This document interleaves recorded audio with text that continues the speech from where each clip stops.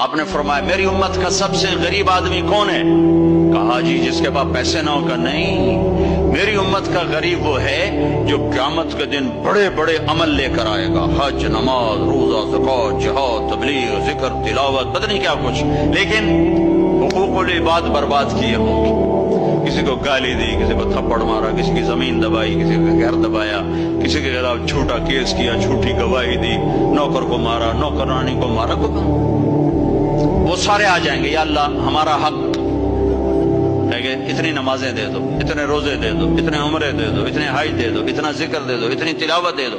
وہ مائنس ہوتے ہوتے ہوتے ہوتے ہوتے وہ زیرو ہو جائے گا، ابھی حقدار باقی ہوں گے، تو پھر اللہ تعالیٰ فرمائے گا ان کے گناہ اس کے سر پہ ڈالو۔ ساری زندگی زنا نہیں کیا اور لوگوں کے زنا سر پہ پڑ رہے، ساری زندگی شراب نہیں پی، لوگوں کی شراب سر پہ پڑ رہے، ساری زندگی جوا نہیں کھیلا، لوگوں کے جوئے سر پہ پڑ رہے، اور آپ نے فرمایا کہ ساری زندگی کی عبادتیں کھو کر اور لوگوں کے گناہ سر پہ لے کر یہ جہنم میں جا کے گرے گا، یہ میری امت کا غریب ہے۔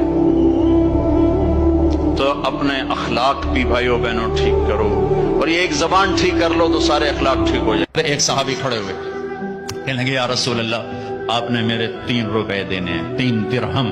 تو آپ نے فرمایا ہاں میں نے دینے ہوں گے پر مجھے ذرا یاد دلا دو۔ تو وہ کہنے لگے آپ کے پاس ایک فقیر آیا تھا تو اس نے آپ سے مانگا، آپ کے پاس تھا نہیں، تو آپ نے مجھے فرمایا تو دے دے تو میں بعد میں ادا کر دوں گا۔ یا رسول اللہ وہ 3 درہم آپ نے دینے ہیں۔ تو آپ نے فرمایا ہاں مجھے یاد آ گیا، میرے نبی کے گھر میں تو تیل نہیں تھا چراغ جلانے کو، جس رات کی صبح آپ دنیا سے گئے ہیں اس رات میرے نبی کے گھر میں تیل نہیں تھا ایک چھٹانگ، حضرت ام عائشہ پڑوسن سے تیل ادھار مانگ کر لائیں اور اس سے چراغ جلایا۔ تو آپ نے فضل بن عباس سے فرمایا کہ فضل میرے بھائی یہ میرا قرضہ تیرے ذمہ ہے۔ ان کا یا رسول اللہ میرے ذمہ ہے۔ پھر آپ تشریف لے گئے، نمازوں کے لیے آتے رہے، جمعرات عشاء کی نماز کے لیے یہاں تک آئے، سرانے سے غش کھا کے سرانے پر گر گئے، پھر اٹھ کے پوچھا عشاء ہو گئی؟